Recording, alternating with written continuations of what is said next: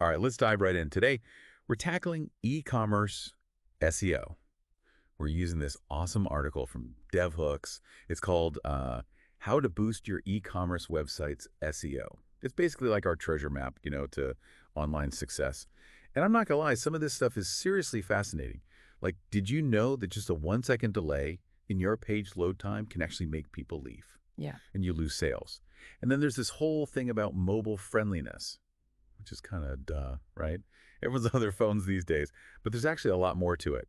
And then there are backlinks, which honestly I used to think were like some kind of secret code, but they're super important. And don't worry, we've got an expert here who can break it all down for us so we can all understand it and actually use it to make our online businesses better. So welcome. Hey, thanks for having me. Yeah, it's great to have you here. So many people I talk to are like, SEO, I don't even know where to start.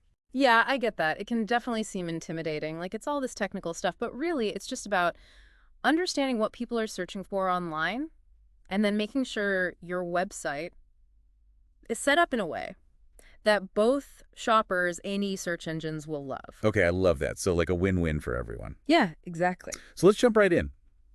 The article starts with website speed, and it really emphasizes how important that is. Oh, it's huge. I mean, every millisecond counts when it comes to e-commerce. Right, so Yeah. There are studies that show that if your page takes even just 1 second longer to load, you could see a 7% drop in conversions. wow, that's a lot. It is, right?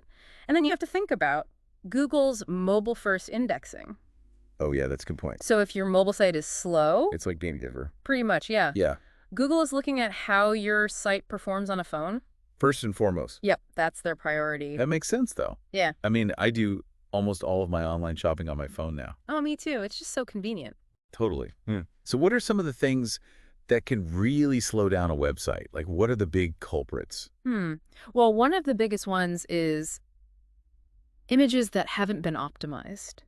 What does that mean exactly? So basically, it's like if you were packing a suitcase Okay. and you just threw everything in there, Yeah, I do that sometimes. it's going to be a nightmare to close right. For sure. But if you take the time to fold everything neatly, Like Marie Kondo style. exactly, then everything fits and it closes easily. So compressing your images is like folding your I clothes thought neat. that analogy makes so much sense. Good. And then another thing that can slow things down is clunky code in the back end of your website. So that's like the stuff that we don't see, Right, but exactly. it's still running behind the scenes. Yep. And if it's messy and disorganized, It's going to slow everything down. exactly. It's like having a messy desk where you can't find anything. Oh, I'm so guilty of that. Me too. But if you take the time to clean it up and organize everything, it makes a huge difference. Yeah, you can actually find things. And your website will run much smoother. Okay, so it's kind of like decluttering. Both the front end, A&D, the back end of your website. Yeah, I like that. The article also talks about something called lazy loading. Oh, yeah, that's a good one. What is that? So lazy loading is basically a way to make your images load faster. Okay. It's kind of like, imagine you go to a store Mm. and you have a personal shopper, Fancy. right? And instead of them showing you everything in the store all at once, they only bring out the clothes as you request them. Ooh, I like that. So with lazy loading, images only load when they're actually visible on the screen. I see. So you're not Yeah. wasting time loading a bunch of images that people might not even see. That's smart. Right. Especially for mobile users. Oh, yeah, it makes a big difference for them. Because their bandwidth is often more limited. Exactly. So it's all about creating that instant gratification experience. Oh, right. Absolutely. No one wants to wait around for a page to load.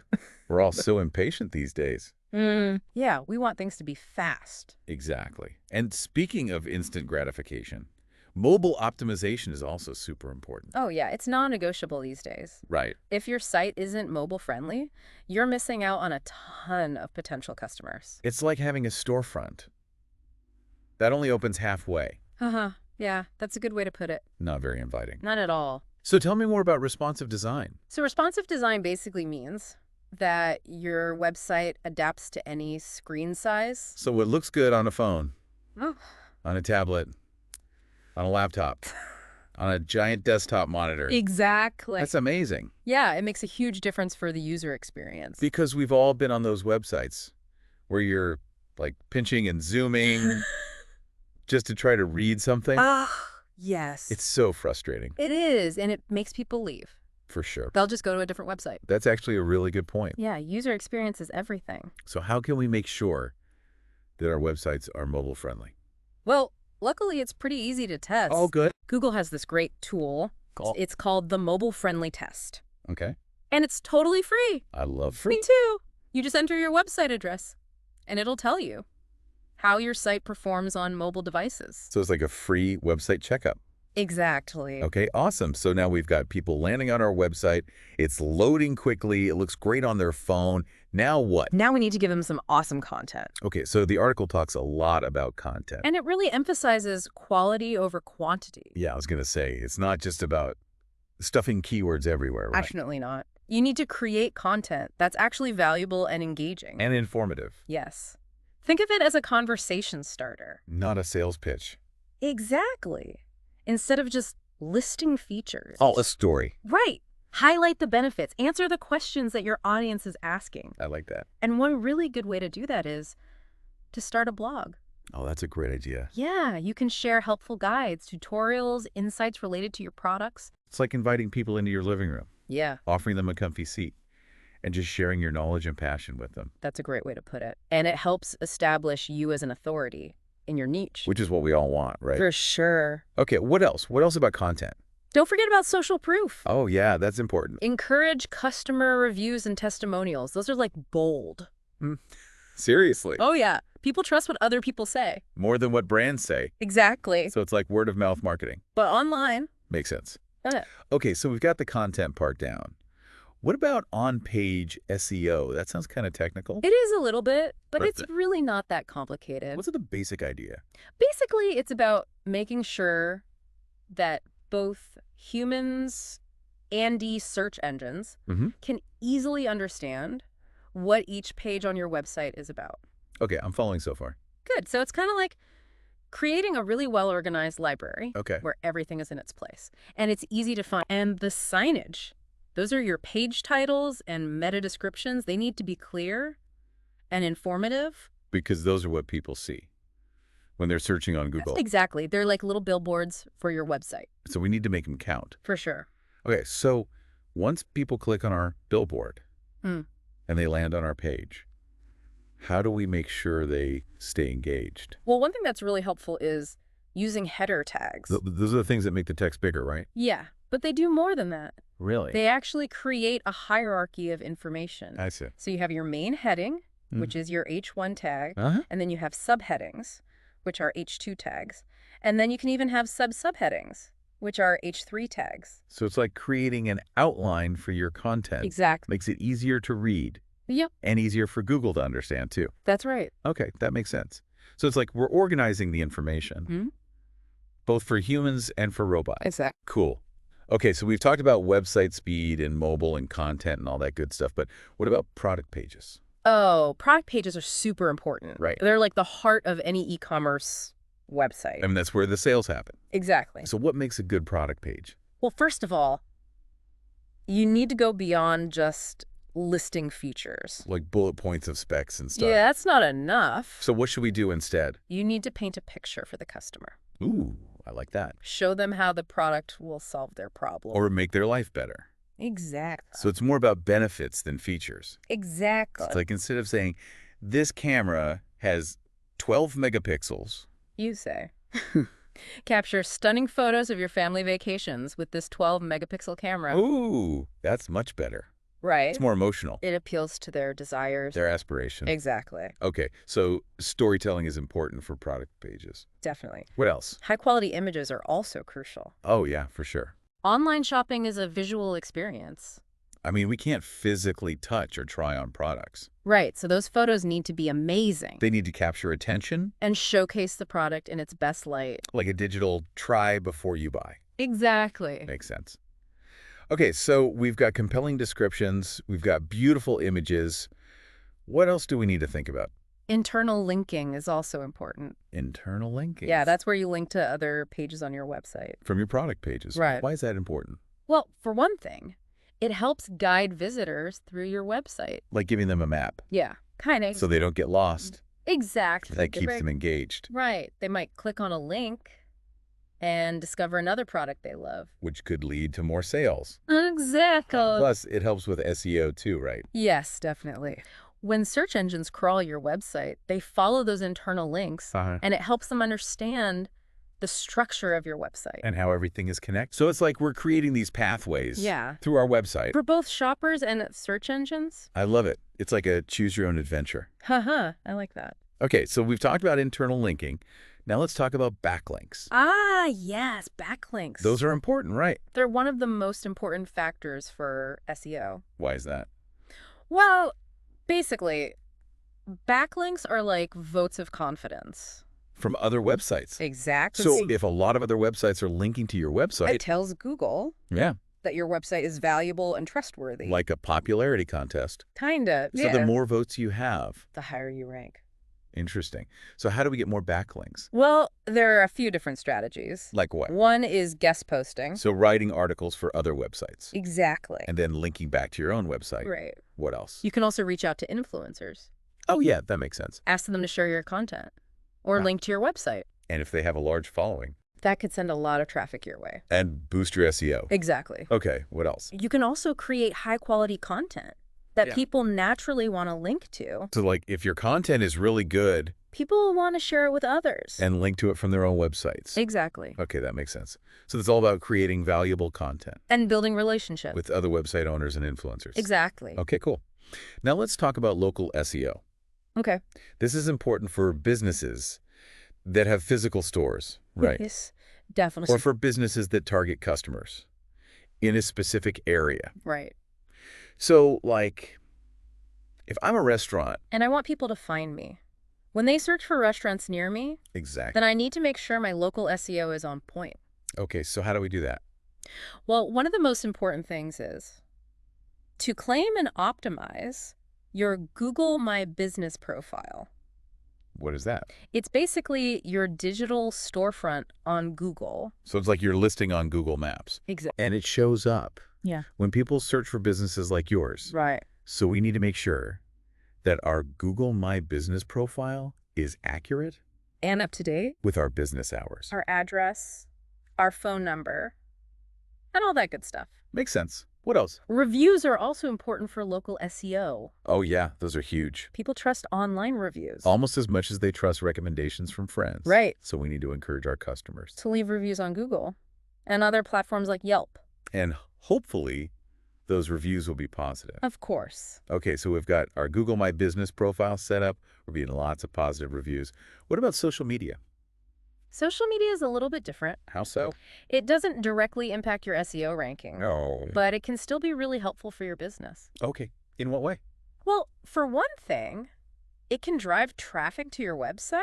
If people share your content, Exactly. and it can also help you build brand awareness. And connect with your target audience. So it's still important, even if it's not a direct ranking factor. Right. Okay, so what's the best way to use social media for our e-commerce businesses? Well, first of all, you need to choose the right platforms. Where your target audience hangs out. Exactly. And then you need to create engaging content. That people will want to share. And you need to be consistent.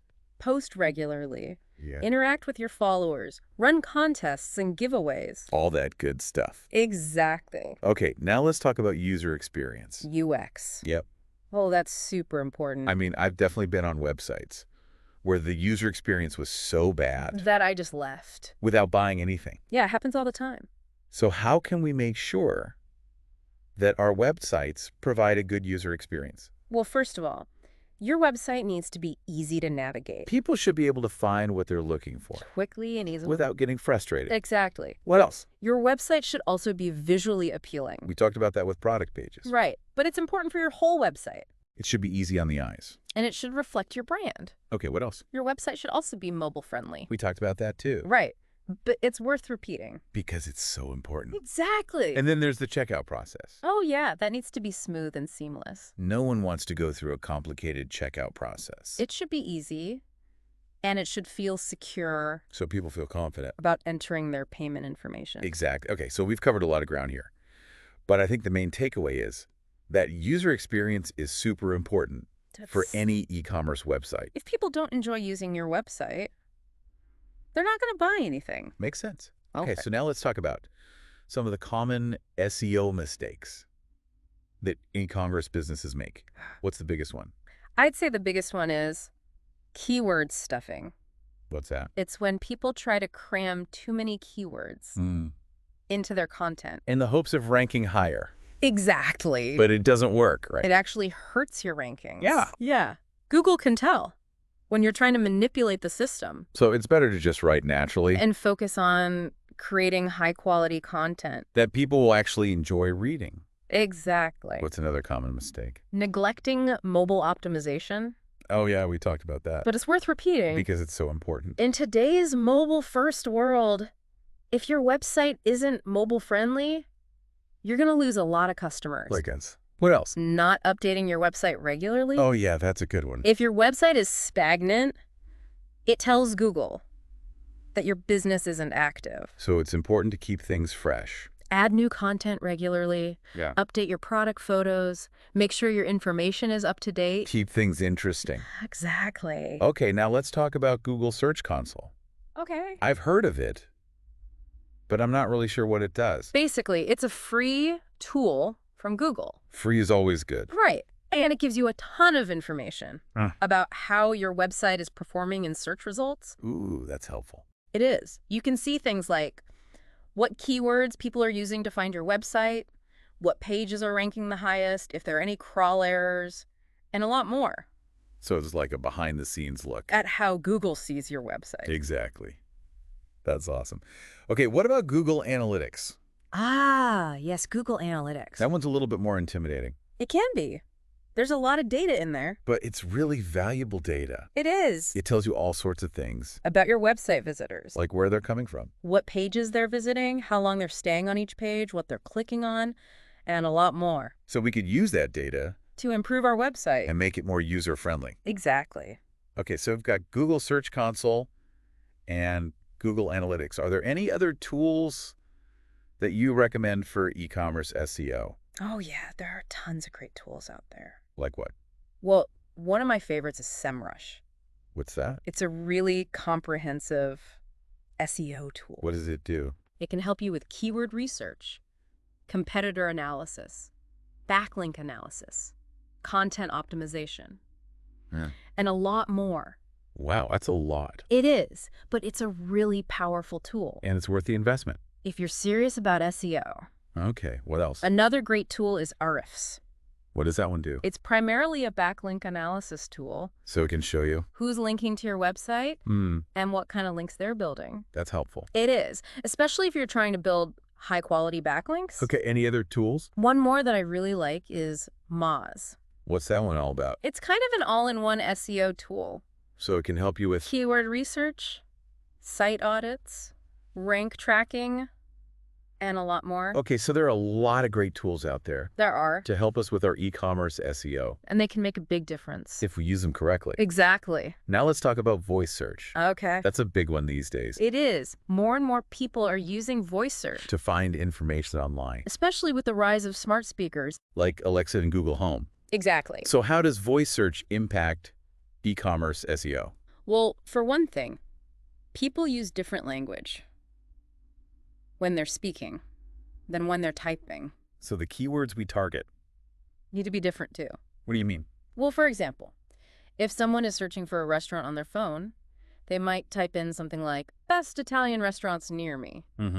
But if they're using voice search, they might say something like, hey Siri, find me a good Italian restaurant nearby. That's more conversational. Exactly. So we need to optimize our content. For those longer, more natural sounding phrases. Makes sense. What else do we need to do? To optimize for voice search, well, we also need to make sure that our website is mobile friendly. We've talked about that. Right.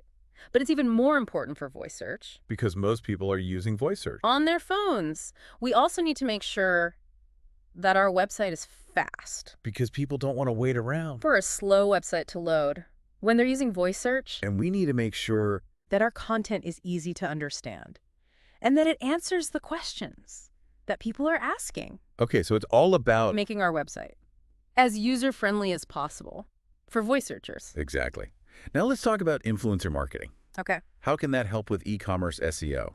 Well, influencer marketing can be a great way to build brand awareness and drive traffic to your website. But how does it help with SEO specifically? If you partner with the right influencers, they can link back to your website from their social media profiles or from their blog posts. And those backlinks can boost your search ranking. Exactly. So it's all about finding influencers Who are relevant to your niche and who have a large following. that's engaged with their content. Exactly. Okay, cool. Now I'm starting to see how all these different pieces fit together. It's like a puzzle, Yeah. and all the pieces need to work together to create a successful e-commerce SEO strategy. Makes sense. Okay, so we've covered a lot of ground here, but I'm sure our listeners are feeling a little bit overwhelmed. It's a lot to take in. So what's the best way to get started? I would say start by focusing on the basics. Like what? Make sure your website is mobile friendly. Check. Make sure it's fast. Check. Create high quality content. Check. Build high quality backlinks and That's track your progress. With Google Search Console and Google Analytics. Exactly. And then you can start to Implement some of the more advanced strategies. like voice search optimization and influencer marketing. Right. Okay, that sounds like a good plan. It is. Just remember, SEO is a marathon, not a sprint. So we need to be patient And consistent. and we need to keep learning And adapting. as the world of SEO changes. Exactly. Now let's talk about video. Okay. Video is huge these days, It is. It's one of the most engaging types of content. and it can be really helpful for SEO. Definitely. How so? Well, for one thing, people tend to spend more time on websites that have video content. Which is good for your dwell time. Exactly. And dwell time is a ranking factor. Well, right. Google likes to see that people are spending time on your website, So it's a good sign. that your website is engaging and informative. Okay, what else? Video can also help you reduce your bounce rate Which is the percentage of people. who leave your website after only visiting one page. So if people are watching your videos, They're more likely to stay on your website and visit other pages. which is good for your SEO. Exactly. Okay, so video is good for dwell time, and it's good for bounce rate, What else? Video can also help you improve your click-through rate, which is the percentage of people. who click on your listing in the search results. How does video help with that? Well, if you have a video thumbnail in your search listing, it's more likely to catch people's attention. And they make them want to click. Exactly. Okay, so video can help us. Get more clicks from the search results, and it can help us keep people on our website longer, and it can help us get them to visit more pages. Wow, video is pretty powerful stuff. It is. So how do we use video for e-commerce SEO?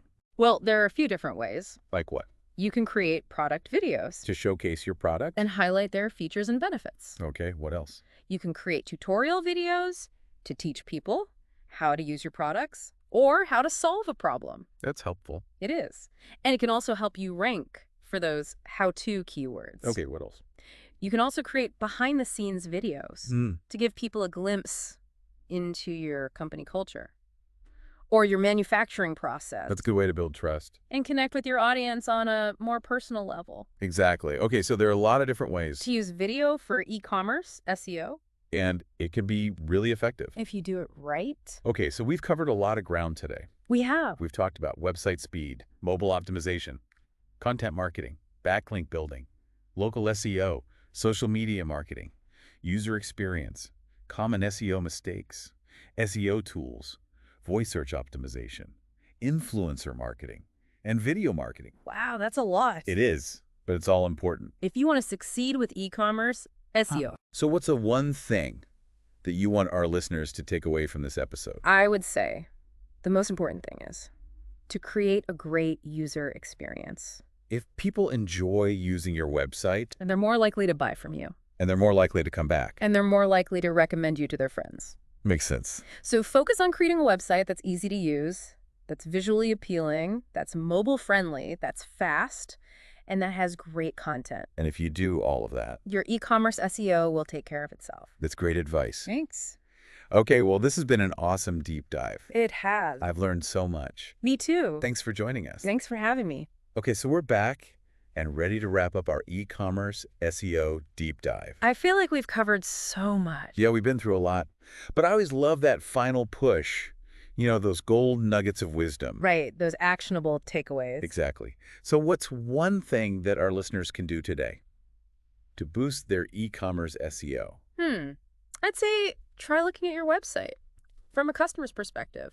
Okay, so like pretend I'm a shopper. Exactly. Yep. Go through the whole experience, from searching for a product to navigating the site, adding items to your cart, all the way to checkout. And see if there are any points of friction. Yeah, any moments where you get frustrated or confused. Like if something is slow or confusing. Right, because sometimes when we're so close to our own businesses, we miss those little things. That can actually make people leave. Exactly. So it's kind of like Yeah. we need to become our own toughest critics. Yep.